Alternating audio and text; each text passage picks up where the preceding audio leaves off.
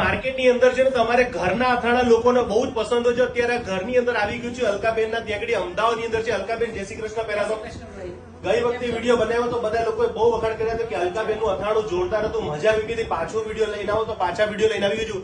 અલકાબેનનું અથાણું તમને 500 ગ્રામ, કિલોગ્રામ બધામાં મળશે ને? 500 કિલો બધા. કયા કયા અથાણા છે કહી દેશું મને? હા, કેળ છે, મેથીનો મસાલો છે, છુંદો છે, ચણા મેથી લસણનું અથાણું છે, લીંબુનું છે, લસણની ચટણી છે, મોરબ્બો છે, ગળ્યું અથાણું છે, ખાટું અથાણું છે, મરચા છે, ગુંદાનું અથાણું છે. હા, જોઈ લો.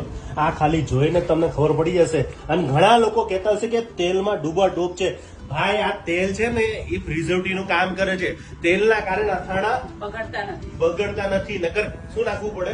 કેમિકલ નાખવા પડે, વિનેગર નાખવા પડે. પણ ઘરના અથાણા સાહેબ 2 વર્ષ સુધી, 3 વર્ષ સુધી પણ બગડતા નથી. કારણ કે એનું બહુ કેર કરતા હોય છે, ધ્યાન રાખતા હોય છે. અને આખા ઇન્ડિયામાં ઘર બેઠા